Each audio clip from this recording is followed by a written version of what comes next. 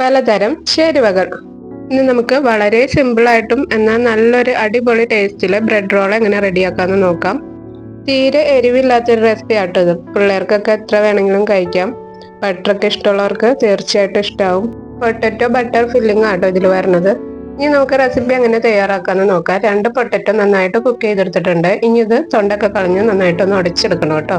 Potato കുക്കായി കിട്ടാനായിട്ട് കുക്കറിൽ പൊട്ടറ്റോ മുങ്ങി കിടക്കാൻ പാകത്തിന് വെള്ളം ഒഴിക്കാം. 3 വിസിലടിച്ചാൽ മതി. ഒത്തിരി വലിയ പൊട്ടറ്റോ ആണെങ്കിൽ 2ആയിട്ട് മുറിച്ചിടണം കേട്ടോ. ഇനി ഇതിലേക്ക് നമുക്ക് വേണ്ടത് ഗാർലിക് ബട്ടർ ആണ്. അപ്പൊ നിങ്ങളുടെ കയ്യിൽ നോർമൽ ബട്ടർ ആണ് ഉള്ളതെന്നുണ്ടെങ്കിൽ ബട്ടറിനകത്തേക്ക് കുറച്ച് ഗാർലിക്, പിന്നെ ഒറിഗാനോ, കൊറിയാണ്ടർ ലീവ്സ്, പിന്നെ നിർബന്ധമില്ല, വേണമെന്നുണ്ടെങ്കിൽ കുറച്ച് ചില്ലി ഫ്ലേക്സും കൂടി ഇട്ടിട്ട് നന്നായിട്ടൊന്ന് ബീറ്റ് ചെയ്തെടുത്താൽ മതി. ഇലക്ട്രിക് ബീറ്ററോ അല്ലെങ്കിൽ ഹാൻഡ് വിസ്കോ ഉപയോഗിക്കാം. ഇനി നമുക്ക് ഇതിലേക്ക് വേണ്ടത് ഒരു മീഡിയം സൈസ് സവാളയും ഒരു പച്ചമുളകാണ്. അത് വളരെ നൈസായിട്ട് അരിഞ്ഞെടുക്കാം. പിന്നെ ഉപ്പ് ആവശ്യത്തിന് ഇട്ടെടുക്കാം. ബട്ടറിൽ ഉപ്പ് ഉണ്ടെന്നുണ്ടെങ്കിൽ അതനുസരിച്ച് കുറച്ചിട്ടെടുത്താൽ മതി കേട്ടോ.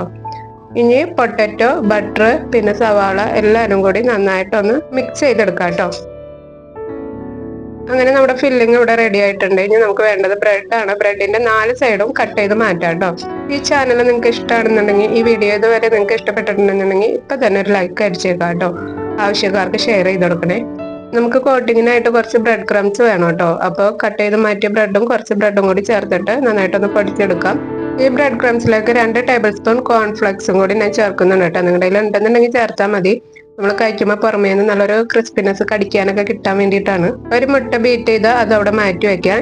ഇനി നമുക്ക് ഫില്ലിങ്ങും കോട്ടിങ്ങും ഒക്കെ തുടങ്ങാം കേട്ടോ. ബ്രെഡ് ഇച്ചിരി പച്ചവെള്ളത്തിൽ നന്നായിട്ടൊന്ന് മുക്കിയെടുത്ത ശേഷം വീഡിയോയിൽ കാണിച്ചിരിക്കുന്നത് പോലെ നന്നായിട്ടൊന്ന് പിഴിഞ്ഞ് കളയുക. അതിനുശേഷം ഉണ്ടാക്കി വെച്ചിട്ടുള്ള ഫില്ലിങ് ഒരു ചെറിയ ബോളാക്കി ബ്രെഡിന്റെ അകത്ത് വെച്ച് നന്നായിട്ടൊന്ന് പൊതിഞ്ഞെടുക്കാം. ഫില്ലിങ് കഴിഞ്ഞു. ഇനി നമുക്ക് വേണ്ടത് കോട്ടിംഗ് ആണ്. നമ്മൾ കട്ട്ലേറ്റ് ഒക്കെ കോട്ട് ചെയ്തെടുക്കുന്ന അരി ആദ്യം തന്നെ എഗ്ഗിന്റെ ബാറ്ററിൽ നന്നായിട്ടൊന്ന് മുക്കിയെടുക്കുക. അതിനുശേഷം ബ്രെഡ് ക്രംസിൽ നന്നായിട്ടൊന്ന് പൊതിഞ്ഞെടുക്കുക കേട്ടോ. ഇതേ രീതിയിൽ കംപ്ലീറ്റ് ചെയ്തെടുക്കുക. ആദ്യം തന്നെ ബോൾസ് ഒക്കെ ഉണ്ടാക്കി വെച്ചിട്ട് ബ്രെഡിൽ പൊതിഞ്ഞെടുത്താൽ മതി കേട്ടോ. അതായിരിക്കും എളുപ്പം. ഈ ചാനലിനെ കുറിച്ചും ഈ വീഡിയോയെ കുറിച്ചുള്ള നിങ്ങളുടെ അഭിപ്രായങ്ങളൊക്കെ കമന്റ് ചെയ്യാൻ മറക്കണ്ട കേട്ടോ.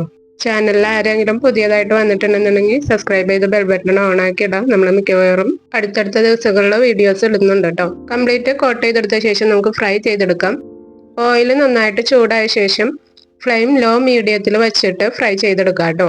ഞാനിതിപ്പോൾ കംപ്ലീറ്റ് മീഡിയം ഫ്ലെയിമിലാട്ടോ ഫ്രൈ ചെയ്തെടുക്കുന്നത്. തിരിച്ച് മറിച്ചൊക്കെ ഇട്ട് നല്ലൊരു ഗോൾഡൻ ബ്രൗൺ കളർ ആയി കഴിയുമ്പോൾ നമുക്ക് കോരിയെടുക്കാം. അങ്ങനെ ഇത് ആയിട്ടുണ്ട് കേട്ടോ. നല്ലൊരു ഗോൾഡൻ ബ്രൗൺ കളർ ആയിട്ടുണ്ട്. ഇനി നമുക്ക് കോരി മറ്റൊരു പാത്രത്തിലേക്ക് മാറ്റാം. ചൂടാറി കഴിഞ്ഞ ശേഷം നമുക്ക് കഴിക്കാം. നല്ല ടേസ്റ്റിയാണ്. പുറമേന്ന് നല്ല ക്രിസ്പി ആട്ടോ. കോൺഫ്ലെക്സിന്റെ ആ ഒരു ഇത് കടിക്കാനൊക്കെ കിട്ടുന്നുണ്ട്. അകത്ത് നല്ല ടേസ്റ്റി ആയിട്ടുള്ള ഫില്ലിംഗ് ആണ്. ട്രൈ ചെയ്ത് നോക്കണേ. Thank you.